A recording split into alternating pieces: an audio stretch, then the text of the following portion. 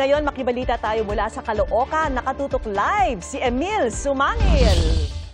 Emil, kamusta na dyan sa Caloocan?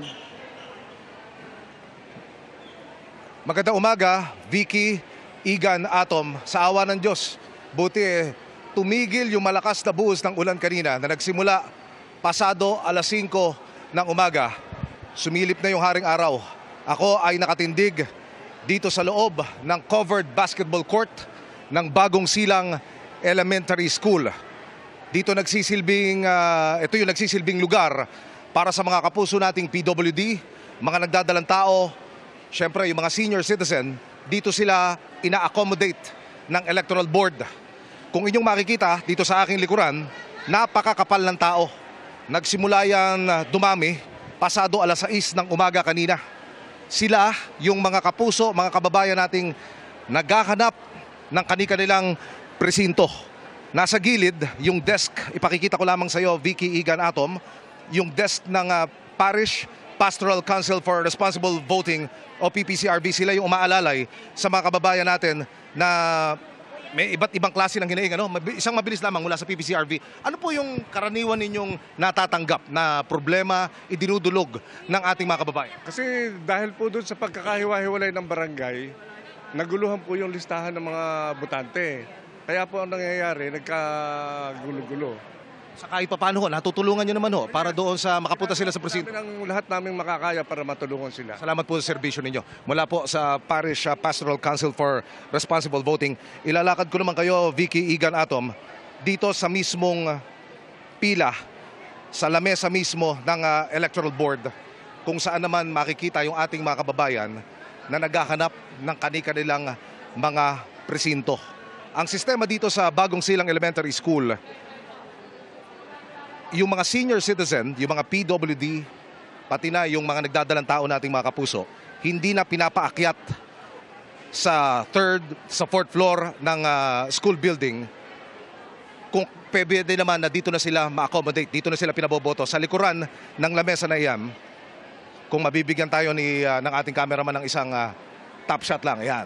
Nandiyan na sila pinaboboto sa likuran ng lamesang mahaba na ito. Sila ay naalalayan ng Electoral Board, pati na nung iba pang mga kawani ng Bagong Silang Elementary School na tumatayong Electoral Board. So, Vicky, Igan, Atom, ang Caloocan ay may mahigit 800,000 registered voters. Ito ang ika-4 na lugar sa buong Pilipinas na may pinakamaraming botante at partikular dito sa Bagong Silang Elementary School. 24,000 ang registered voters dito, 24 din yung presinto. Alas 5 yung itinakdang oras para sana makaboto ng maaga yung mga kapuso nating mga PWD, mga nagdadalang tao, pati na yung mga senior citizen, pero hindi ito nasunod.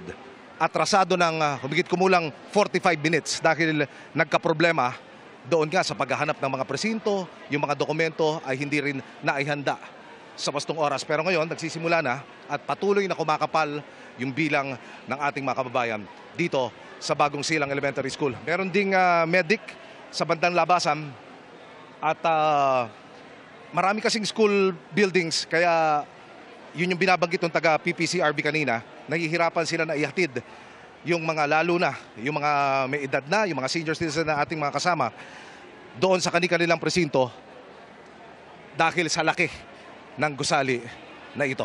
So yan ang latest muna, Vicky, Igan, Atom, mula rito sa Bagong Silang Elementary School, Caloocan City. Ako si Emil Sumangil ng GMA Integrated News.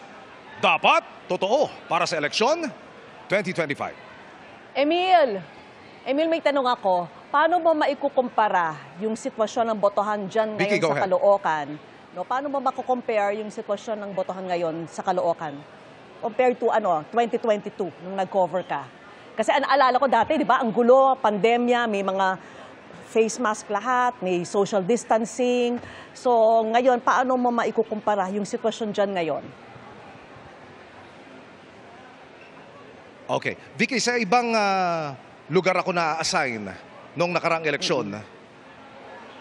Pero kung ikukumpara yung sitwasyon ngayon dito sa Bagong Silang Elementary School, batay sa panayam na ating ginawa kani-kanina lamang sa mga botante, pati na doon sa pamunuan ng eskwelahan, masasabi mo sa mga oras na ito, medyo mas maayos kumpara noon dahil binuksan nga nila itong covered basketball court na ito para mas maluwag na ma-accommodate yung ating mga kapuso na mayroong kahalintulad na concern gaya ng aking binanggit kanina, yung paghahanap ng presinto. Maluwag at yung mga blower, yung mga electric fan, mga industrial fan na nasa ibabaw ng mga poste na yan ng covered basketball court na ito ay nakasindi. Kaya sa totoo lamang medyo presko pa sa mga oras na ito. At yung kung order at order lamang medyo maayos pa.